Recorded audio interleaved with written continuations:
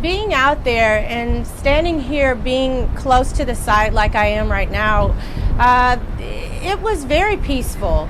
You know, it almost took you back to a time when, you know, all the way back to when the protesting started even. I think being out there marching, you had a sense of pride, and I looked forward at my children who were marching in front of me, and thought about when I may have participated in peaceful marches, so proud that they were doing that, and thinking about when even my parents had participated in things like that. So it was a moment of pride. It was an exciting moment that you felt good about standing up just for a good cause, coming together for peace and for unity. And then, of course, the shooting began. Just tell me, how difficult has it been to navigate your own emotions, because you were there at the march to voice your concern about police behaviour towards black people, then suddenly the police themselves become victims?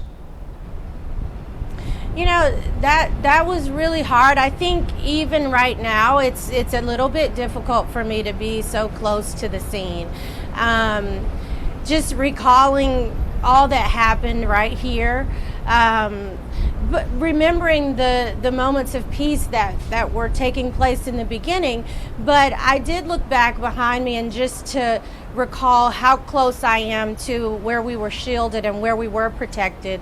And in those moments, you knew that the police officers were there to protect us, and the federal officers that were there as well, that they were standing in the line of fire and in true protection and in true bravery.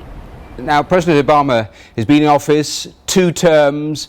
There are critics that say there's not enough progress that's been made on this issue of race. We heard in our piece we came to before yourself, a doctor there who treated the police, saying the problem is a lack of an open discussion there in America about race relations. Do you share that frustration? It is not being talked about. That is the true and real frustration here. I will say to you that we attended a great community conversation just last night, my family, and I think that coming to the table together is where we have to begin. If we don't sit down and side by side and try to listen to each other and look at each other and really embrace each other, we can't begin the healing. That's really where it has to start. It has to start with a conversation and of us understanding each other.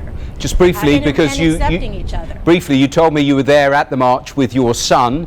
You have 3 children, but what do you say to your children about the police? Okay, I do tell them that they have to respect authority, but in the experience that we had together out there, I teach them to respect authority. I teach them to do what the officers are asking. You know, those are conversations, unfortunately, right now that we do have to have. We have to say, respect authority, do what they're asking you to do. Keep your hands, unfortunately, keep your hands up. You know, it's unfortunate. But I will tell you that in the wake of this tragedy, I awakened the next morning and I told them that we know that those officers, they lost their lives for us. All right. They were protecting us.